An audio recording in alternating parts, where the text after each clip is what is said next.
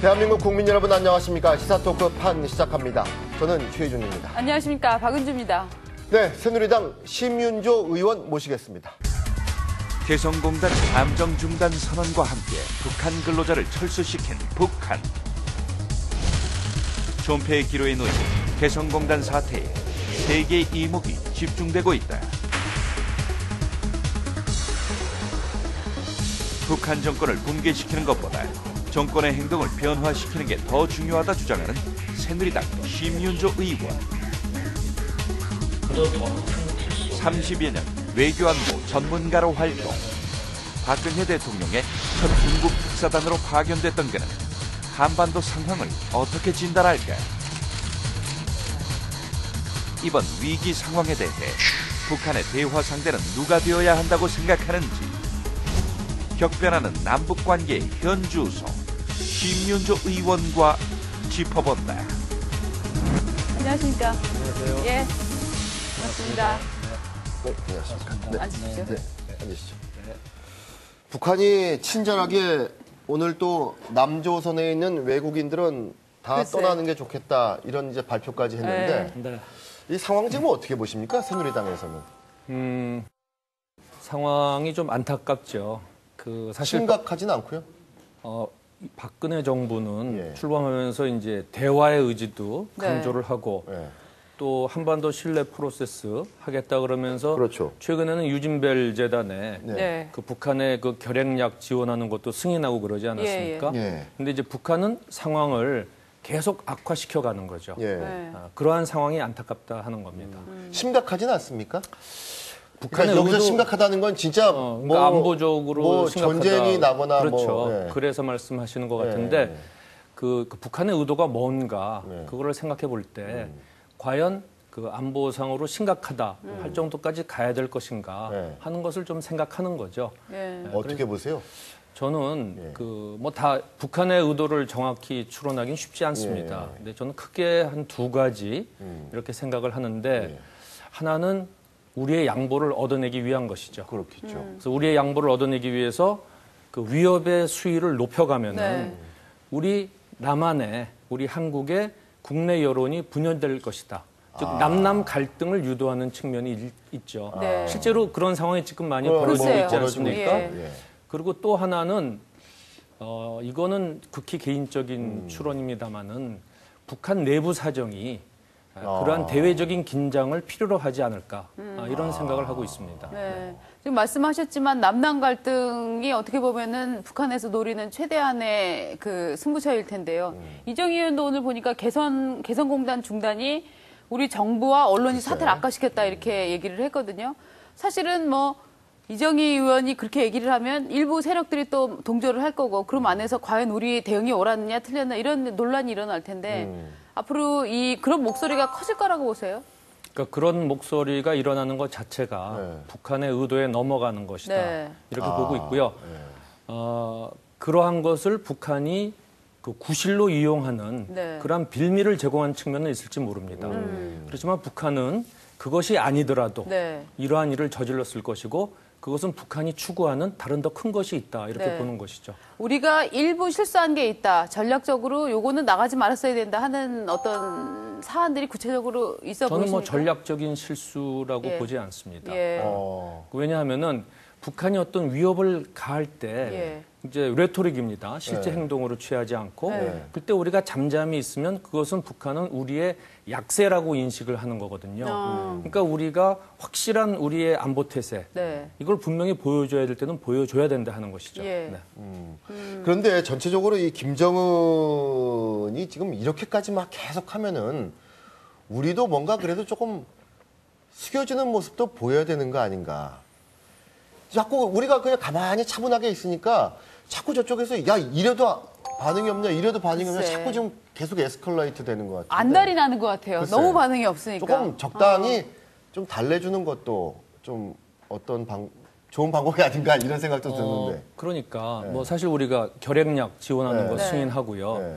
그 대화의 의지를 표명을 하고 항상 대화의 문은 열려 있다.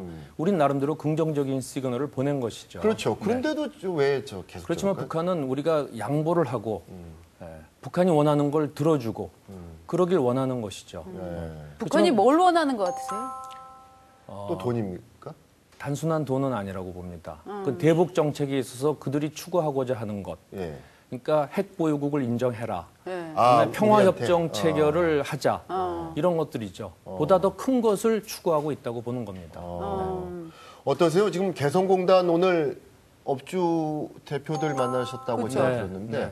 지금 뭐 심각한 상황인 것 같아요. 그분들로 기업들은. 봐서는 절실하죠. 그렇죠. 그 사업이라는 게 며칠 중단했다가 다시 이렇게 되면은 모든 게 다 풀리는 게 아니고 예. 그 동안에 뭐 오다도 떨어질 수 네. 있고요. 또 관련된 업체들도 돌아가지 않고요. 그렇죠. 그러니까 123개 업체로 끝나는 게 아니고 그 뒤에 관련 업체들까지 하면 굉장히 많죠. 그렇죠.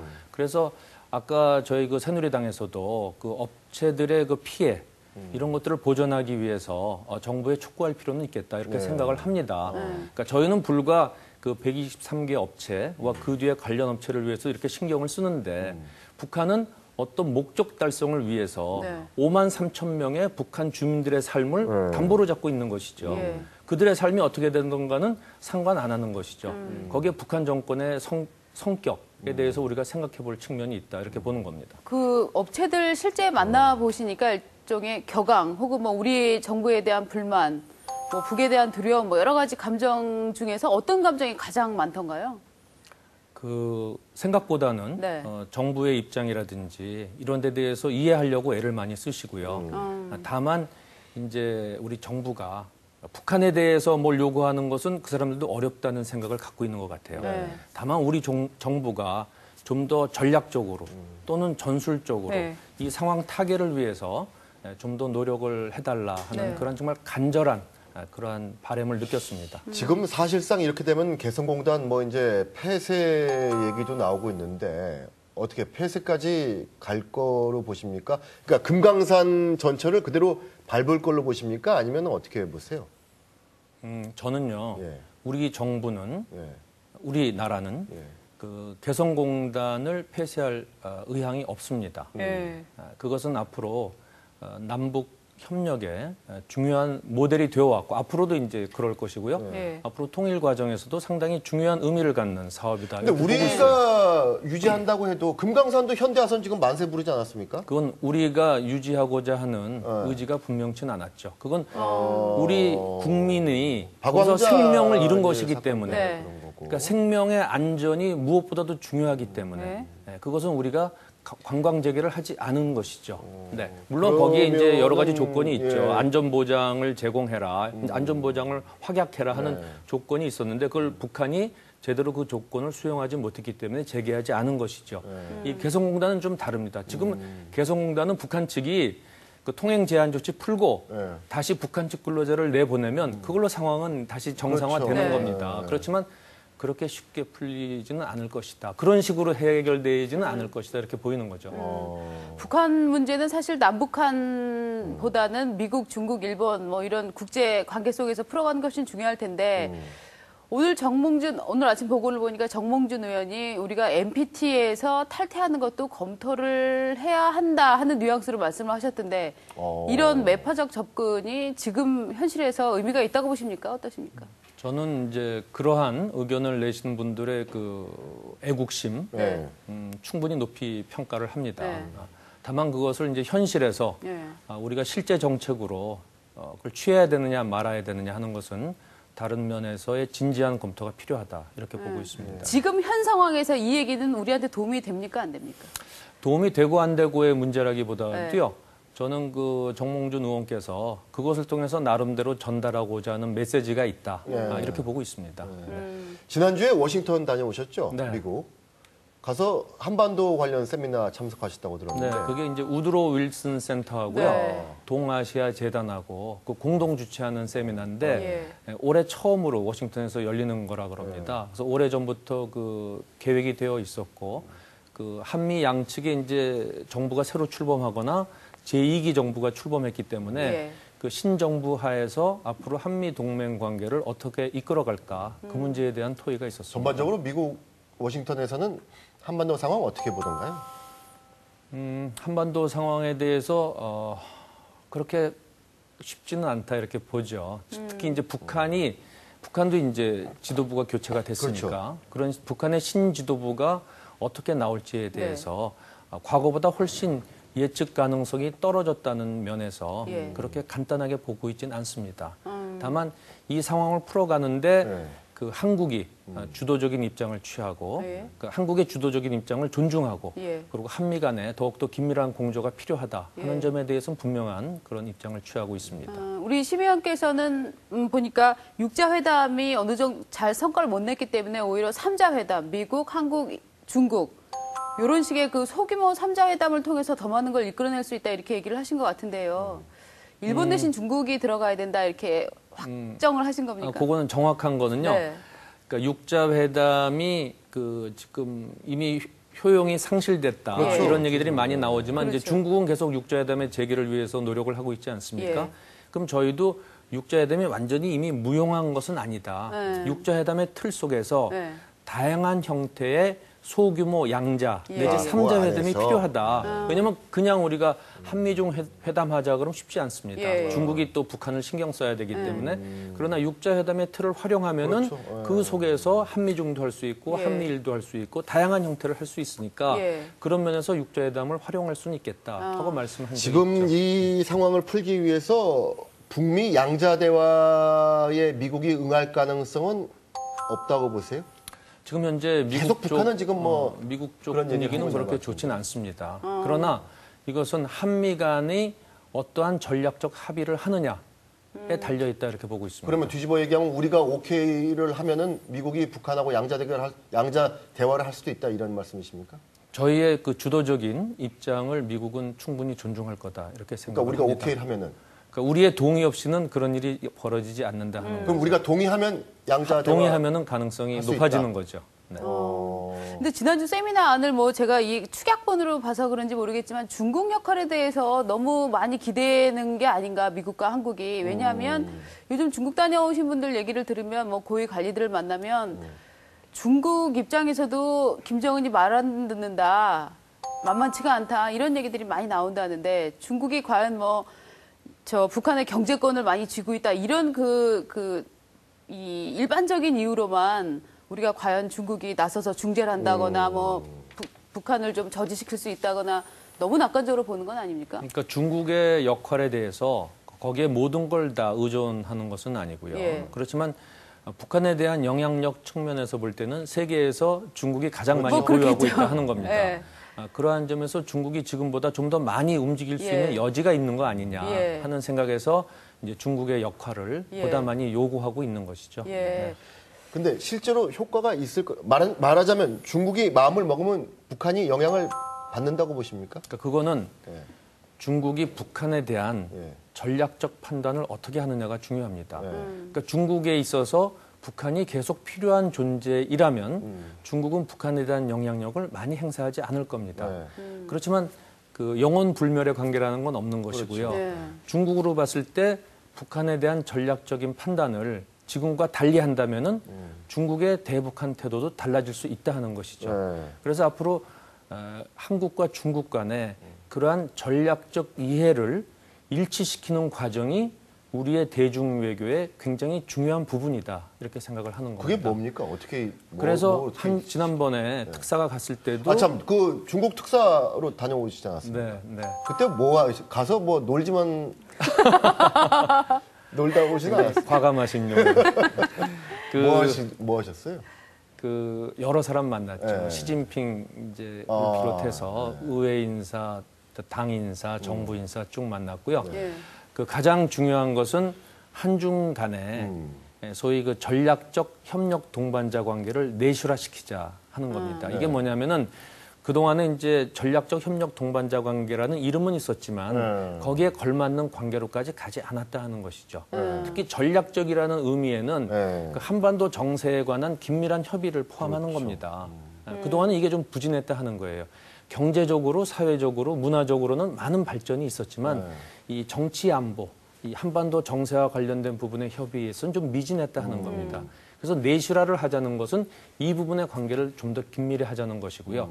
그리고 이제 북핵 문제와 관련해서는 우리가 앞으로 대북 정책을 어떻게 취할 것이다. 그 한반도 신뢰 프로세스라는 이런 것이다. 그런 걸 설명을 하고 거기에 대해서 중국 측의 이해와 지지를 얻을 수 있었던 그러한 방문이었다. 이렇게 생각을 합니다. 그 외교관을 오래 하셨으니까요. 이를테면 우리 박근혜 대통령이 중국말을 할 수 있다. 혹은 뭐 시진핑과 이전에 만난 적이 있다. 이런 관계가 한중 간의 관계에서 일단 중요한 시점에서 우리한테 유리한 입장을 취하게 할 수 있는 어떤 지렛대 같은 게 됩니까? 그것이 이제 근본적인 어떤 전략적 이해관계가 다를 때는 예. 아니지만 예. 그러나 그것이 분위기 조성에는 상당히 도움이 된다 하는 겁니다. 예. 실제로 지난번 특사 갔을 때 예. 보니까 시진핑 주석께서 당시는 당 총석이었는데 그 박근혜 당시 그 당선인에 대해서 상당히 좋은 그 호감을 갖고 있었어요. 그 얘기를 이제 여러 차례에 걸쳐서 이야기를 했습니다. 예. 특히 2005년도에 당시 이제 절강성 서기로서 방한했을 때 그 박근혜 당시 당대표하고 이제 오찬을 같이 했다는 예. 얘기를 하면서 예. 과거의 그러한 그 기억을 떠올리면서 굉장히 친근감을 표현했거든요. 예. 그래서 그런 것들이 앞으로 한중 간 관계에 도움이 될 것이다. 또 요새는 이제 정상 간의 관계가 상당히 중요합니다. 네. 옛날하고 달리 뭐 1년에 한두 번 만날까 말까 한 게 아니고 물론 만나는 횟수는 그렇더라도 또 수시로 여러 채널을 뭐 통해서 그 자주 보죠, 소통을 요즘은. 하니까 네. 그래서 그런 정상 간의 관계가 과거보다 예. 점점 더 중요한 의미를 갖는다 이렇게 생각을 합니다. 중국이 근데 가서 실제로 보니까 이 북한에 대한 생각이 조금 바뀌기는 바뀌는 것 같습니까? 어떻습니까? 그러니까 그것은 아직 그 변화를 얘기하기는 언급하는 건 좀 이르고요. 아, 그래요? 아직. 다만 그러나 그 다양한 측면을 보고 있다 하는 그러한 느낌은 받았습니다. 다양한 측면을 보고 있다는 게 어떤? 역시 외교관 출신이라서 말을 한 번에 못 알아듣겠어요. 죄송합니다. 직설적으로 얘기해 주시면 어떤 겁니까? 그러니까 옛날 같으면 예. 이제 바꿀까 말까 고민 중이다, 그러니까 그 무조건 얘기입니까? 이제 북한의 입장을 네. 두둔하거나 네. 또 대변하거나 네. 이제 그런 게 과거의 어떤 행태였다면은 네. 지금은 그것보다는 우리의 입장도 많이 이해를 하고 또 좀 더 객관적인 그 자세에서 그 얘기를 하려고 그러고 그런 네. 걸 이제 저희가 느끼는 거죠. 네. 예전에 설명이 됐습니까? 네, 네. 내 브라더 뭐 이런 입장이었는데 지금은 동생인가 아닌가 뭐 이런 입장 아닐 수도 있다 이렇게 보고 있다는 뉘앙스로 받아들여도 됩니까? 하여튼 좀 더 그 네. 과거에 비해서는 객관적으로 그 좀 객관적인 관계로 보려고 변화하고 한다. 있다 네. 하는 것이죠. 그래서 제가 이제 전략적 판단이라는 얘기를 아까 예. 말씀드린 건데요. 네. 전략적 판단이라는 게 항상 그 변하지 않는 건 아니다 하는 겁니다. 상황 변화에 따라서 바뀔 수가 있다는 예. 것이죠. 네. 어떠세요? 이 중국도 이제 글로벌 파워 아닙니까? G2 그렇죠. 국가인데 그러면은 이 지구촌 전체를 볼 때 우리가 무작정 이 뭐 흔히 깡패 국가라고 하는 북한을 비호하기는 좀 어렵다 이런 판단도 좀 하고 있는 것 같습니까? 그러니까 예. 중국은 스스로를 위해서도 네. 그 주변의 안정적 환경을 필요로 합니다. 그러니까 경제 발전을 계속해 나가야 되고 예. 그것을 위해서는 주변의 정세가 안정적이어야 돼요. 네. 그래서 한반도에 어떤 분쟁이 일어나는 걸 원치 않는 겁니다. 예, 예. 아 그래서 시진핑 주석이 어제 이제 그런 얘기를 했구만요. 그래서 북한 정권의 몰락도 원치 않는 거고요. 네. 그래서 북한의 핵무장도 원치 않는 겁니다. 예. 근데 지금 여태까지는 북한 정권의 안정에 보다 더 비중을 뒀었죠. 예. 그렇지만 북한의 핵무장이 점점 현실화되어가는 단계에서는 예. 어느 것이 더 이 한반도 안정, 그 중국의 안정에 도움이 될 것인가 하는 판단을 하게 되겠죠.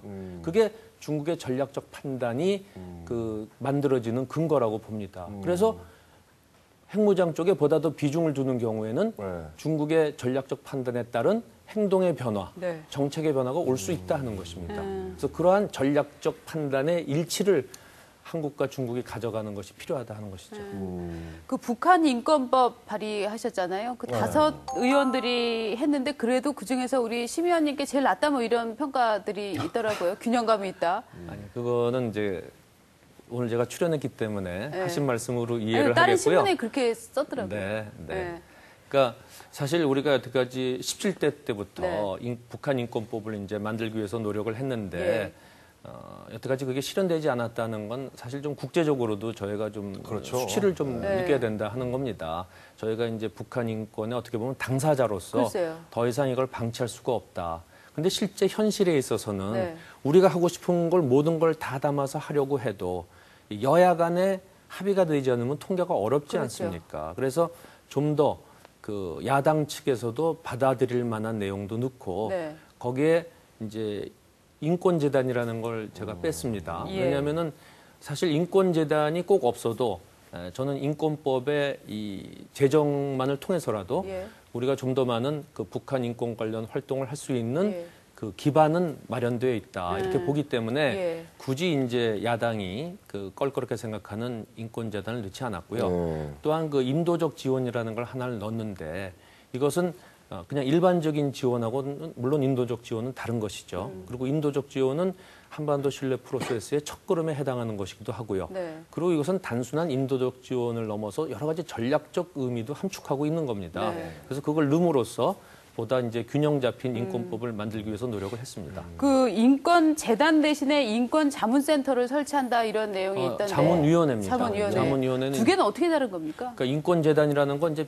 별도의 커다란 조직이 생기는 겁니다. 예, 예. 거기에 대해서 이제 과거 법안은 그 인권재단을 위해서 이제 한 100억 원 정도의 예산도 예. 소요가 되고요. 그렇지만 자문위원회는 그런 별도 조직을 설립하는 건 아니고요. 예. 인권 관련 업무를 하시는 분들이 모여서 네. 수시로 이제 회의도 하고 정책도 만들고 정책 이행을 점검도 하고 보다 더 유연한 조직이고 추가적인 네. 예산 소요와 예. 인력 확충이 없이 될 수 있다는 겁니다. 근데 야당에서는 이제 인권 재단을 만들어 놓으면 거기 예산이 가고 그 예산이 일부가 또 뭐 삐라를 뿌린다거나 뭐 이런 정치적인 활동에 쓰일 수 있으니까 안 된다 이렇게 얘기를 하고 있는데 그 외에 다른 이유가 있습니까?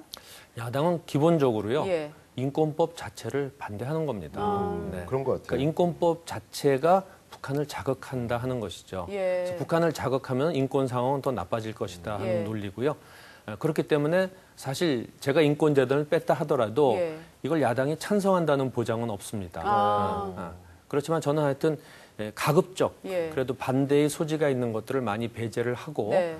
보다 객관적인 그리고 다양한 그 요소를 담아서 만들고자 이렇게 발의를 우리 했습니다. 심의원께서 야당은 아니지만 미국에서도 그 미국 인권 조례가 나왔는데 우리나라에서 북한 인권법이 없다는 거에 대해서 야당은 뭐라고 얘기를 하나요? 그 점을 얘기하면 이제 별로 거기에 네. 대해서 할 말은 없는 것 같습니다. 그렇지만 하여튼 우리가 인권법 제정하는 것 자체에 대해서는 상당한 거부감이 있다 하는 것 북한을 자꾸 자극한다고 생각하는 거. 그렇게 생각하는 것 같습니다. 자, 그리고 이제 이번 주, 다음 주 월요일까지 북한의 이제 주요 일정들이 빡빡하게 지금 있지 않습니까? 다음 주 월요일 이제 김일성 생일, 태양절까지. 그리고 또 중간에 금요일 날, 이번 주 금요일 날 캐리 미국 국무장관이 또 이제 한국에 온단 말이죠. 네. 이 지금 상황은 어떻게 보세요? 내일은 또 뭐 북한이 또 미사일을 쏠지 말지 지금 뭐 또 얘기가 지금 왔다 갔다 하고 있고 어떻게 보십니까 지금 상황? 그러니까 북한으로 봐서는 이렇게 국제적인 관심이 쏠려 있을 때 상황을 상당히 좀 극대화시킬 수 있는 여지가 있습니다. 네. 그러니까 충분한 이제 그 홍보의 효과를 거둘 수 있다는 것이죠. 그래서 북한이 뭐 10일 전 세계 홍보 전문가들은 북한에 다 있는 것 같아요. 원래 공산주의가 프로파간다에는 강하죠. 아, 참 네. 잘해요. 네. 그래서 뭐 미사일 발사 가능성도 제기되고 있는데 네. 하여튼 여러 가지 가능성이 있다고 봅니다. 만약에 미사일을 내일이나 뭐 모레나 지금 우리 예상대로 만약에 한 방 쏘면은 캐리 국무장관이 금요일 날 안 들어올 수도 있습니까? 그렇지는 않겠습니다. 네. 아, 그렇지는 들어온다고 않나요? 봅니다. 통상 뭐 그것과 관계없이 들어옵니까? 그럼요. 그 미사일 발사된 것에 만약 캐리 장관이 안 온다 그러면 네. 북한의 그 위협 전술이 상당한 효과를 거두는 것이죠. 네. 그러면은 캐리 국무장관이 한국에 와서 이제 우리나라하고 이제 윤병세 장관하고 주로 이제 뭘 얘기하게 됩니까? 이번에 방한하게 되면은.